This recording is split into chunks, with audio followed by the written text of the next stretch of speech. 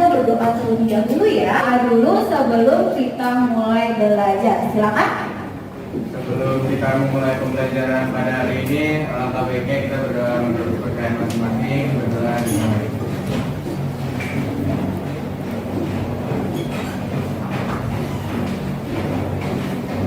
Berdoa. Oke, assalamualaikum warahmatullahi wabarakatuh.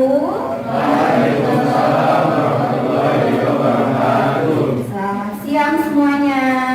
Siang, Bu. Oke, gimana nih kabarnya hari ini? Alhamdulillah. Alhamdulillah, semoga kita selalu sehat dan selalu dalam lindungan Allah ya. Oke, sebelum kita mulai belajar, alangkah baiknya Ibu akan ngecek dulu nih kehadiran kalian. Kita mulai dari Aditya Amri.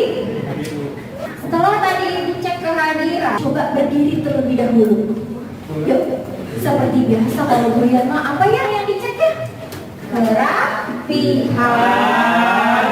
Oke, karena ini jam terakhir ya, jam-jam habis istirahat, pasti kalian tuh nanti tiba-tiba tengah-tengah pasti ada yang ngantuk.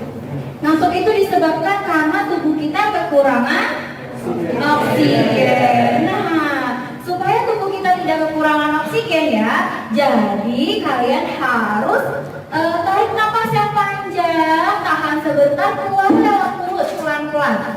Bisa sampai 3 kali?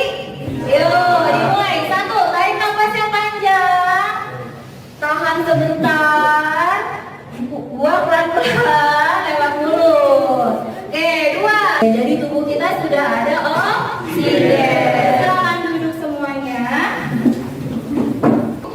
Kita akan belajar lanjutan dari yang sebelumnya ya, yang tentang sistem pencernaan. Kan yang sebelumnya kalian udah belajar tuh tentang zat makanan dan juga organ-organ pencernaannya.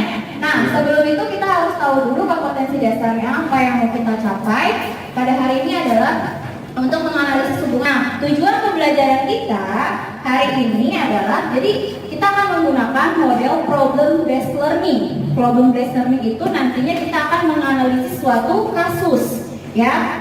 Apa aja tujuannya? Yang pertama, menganalisis hubungan antara organ pencernaan dengan kelainan atau gangguan fungsi pada sistem pencernaan yang mungkin biasa kita temukan. Oke, sebelum itu Ibu mau tanya terlebih dahulu nih. Ada pertanyaan lihat di depan. Apa yang kalian rasakan ketika telat makan? Lemas, Bu. Lemas, sakit, asam lambung naik, pusing, terus mual. Terus kita lihat dulu gambar yang berikutnya. Jadi efek dari telat makan itu sebenarnya tadi udah benar yang kalian kemukakan satu persatu ya. Ada juga yang pastinya perut terasa perih, perutnya perih, nyeri. Terus yang kedua adalah pusing. Akhir tadi Nimade ya tadi ngomong terakhir adalah mual. Jadi harus bagaimana nih supaya tidak terjadi hal-hal seperti ini? Makan. Apakah makan yang sehari sekali? Tidak. Terus yang bagus makan berapa kali? 3 kali sehari. Oke. Nah, ada nih.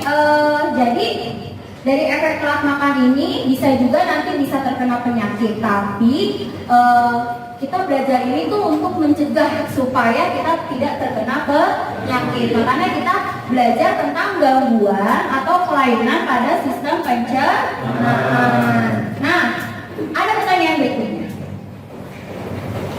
Siapa yang suka makan pedas? Oke, sekarang boleh lihat video berikut. Apa sih yang bisa kalian dapatkan dari video tersebut? Yuk, ada yang mau jawab? Silakan. Sama? Jadi efek dari apa namanya yang menonton video itu jadi mikir 2 kali kalau mau makan pedas setiap hari gitu. Terus contoh video tersebut salah satu jenis kelainannya. Jadi kan salah satu penyakitnya itu bisa disebabkan jadinya asam lambungnya dinaikkan. baik. Terus Oke, gak apa-apa. Terima kasih Samuel. Jadi tadi sampai jadi mikir 2 kali gitu mau makan pedas. Ada tadi disebutkan bahwa asam lambung naik itu bisa menyebabkan salah satu penyakitnya namanya adalah GERD. Berikutnya ada Ibu jelaskan sedikit tentang kelainan atau gangguan pada sistem pencernaan pada manusia. Yang pertama adalah parotitis. Pernah dengar ini? Pernah ada yang terserang? Mudah-mudahan enggak ya. Itu tadi ada beberapa penyakit yang sudah Ibu jelaskan tentang kelainan dan penyakit pada sistem pencernaan manusia. Nah, sekarang kalian hadap-hadapan nih depan belakang kan berkelompok ya, satu kelompok sekitar 5 sampai 6 orang. Terus nanti Ibu kasih lembar kerjanya dan kalian berdiskusi ya. Yuk silakan agak diputar kursinya. Oke, nah ini sambil Ibu lakukan ya. Oke, jadi di situ ada beberapa, jadi setiap kelompok itu menganalisis satu kasus. Di situ udah Ibu kasih satu kasus ya. Kalian analisis apa itu nama penyakitnya. Oh ya, sebelum itu berarti ini kelompok 1, ini 6, ditulis di dalam APD-nya ya. Oke, terus perhatikan dulu sebentar, Ibu jelasin dulu. Jadi di situ kan kita pakainya problem based learning. Problem based learning itu kalian akan memecahkan suatu masalah. Nah di situ udah ada masalah yang Ibu berikan. Setiap kelompok tuh permasalahannya berbeda.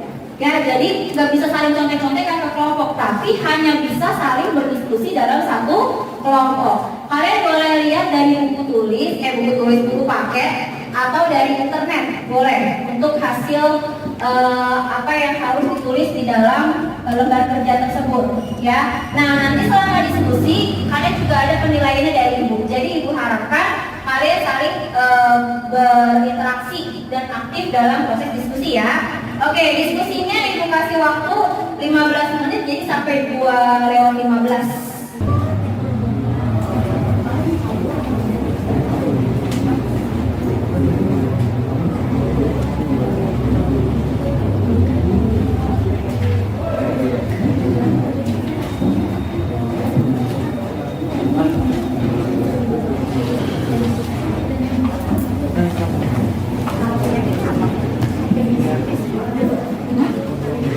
Ya, ada konsumen sistis.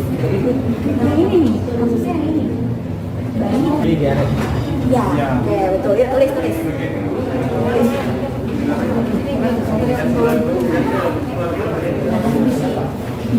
Ya, betul.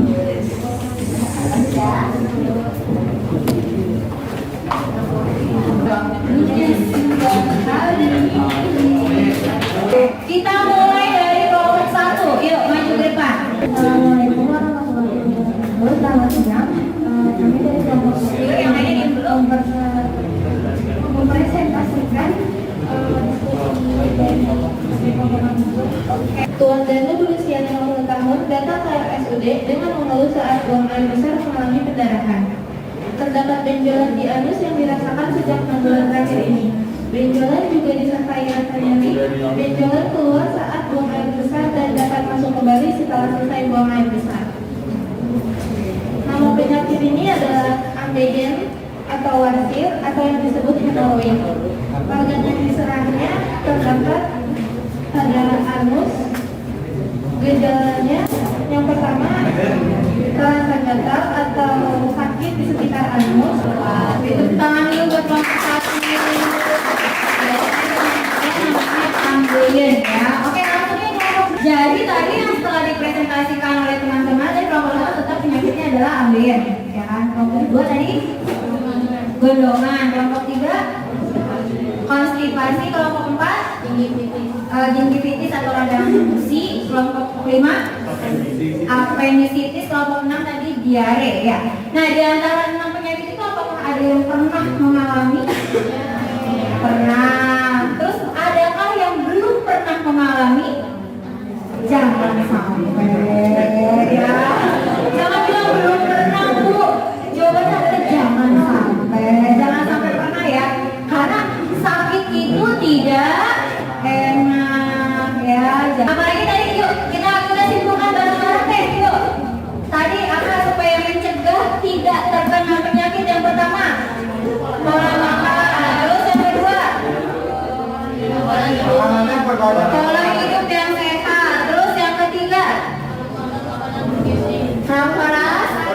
serat di makanan. Oke, perbanyak serat. Terus olahraga. Terus apa lagi? Itu dia, istirahat yang cukup. Dan paling terakhir adalah air minum. Jangan minum yang berwarna, minumnya yang bening. Setelah ini ya, Ibu akan bagikan soal evaluasi ya, dikerjakan dalam waktu 10 menit aja.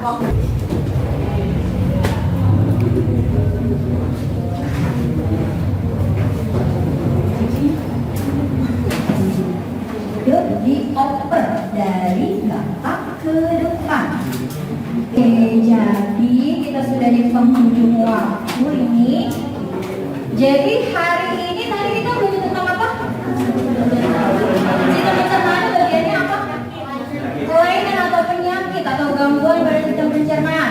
Oke, jadi tadi Ibu ada penilaian diskusi, tapi belum direkap ya penilaian diskusinya. Terus ada penilaian presentasi dan juga LKPD-nya. Jadi kan itu juga butuh penilaian. Jadi nanti hasilnya di pertemuan selanjutnya ya. Dan juga sama tadi soal evaluasinya. Oke, terus kesimpulannya berarti hari ini kita harus menjaga kesehatan, menjaga pola, dan jangan lupa minum air. Oke.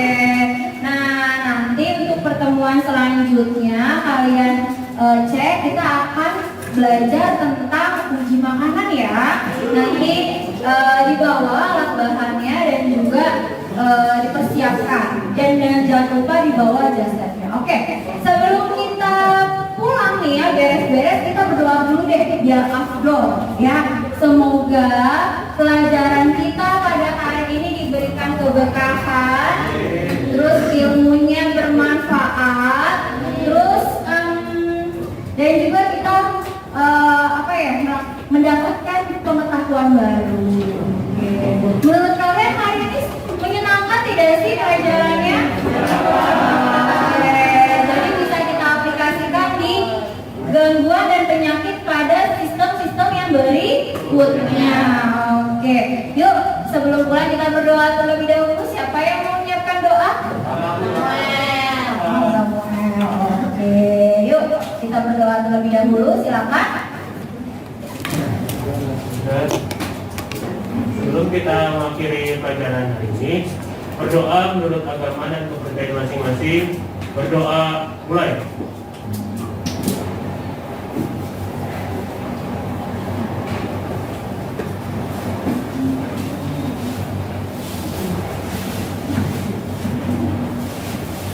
Berdoa selesai. Memberi salam.